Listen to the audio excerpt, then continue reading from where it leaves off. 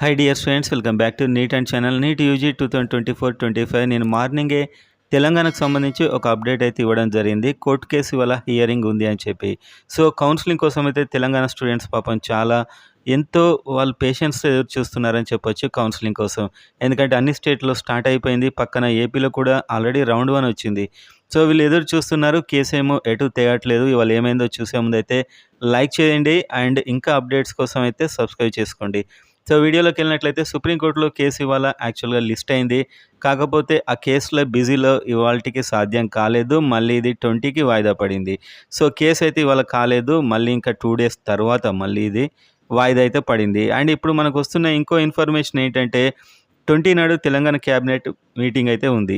So 20 నుంచి ఒక important update రావచ్చు క్యాబినెట్ మీటింగ్లో అని చెప్పి కూడా ఒక న్యూస్ అయితే వస్తుంది. సో ఈ లోకల్ రూల్స్ దీన్ని ఏమన్నా మారుస్తారా?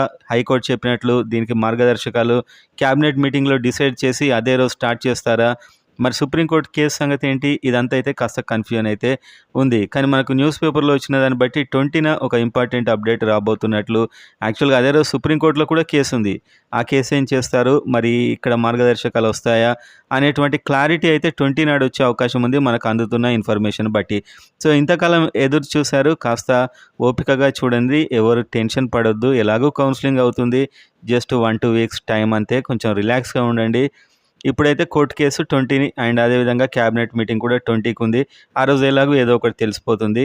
ఎలాగో సుప్రీంకోర్టులో ఒకవేళ కేసు ఉన్నా కూడా ఆ రోజు హియరింగ్కి వస్తుంది అండ్ క్యాబినెట్ మీటింగ్లో ఏదో ఒకటి తెలుస్తారు. సో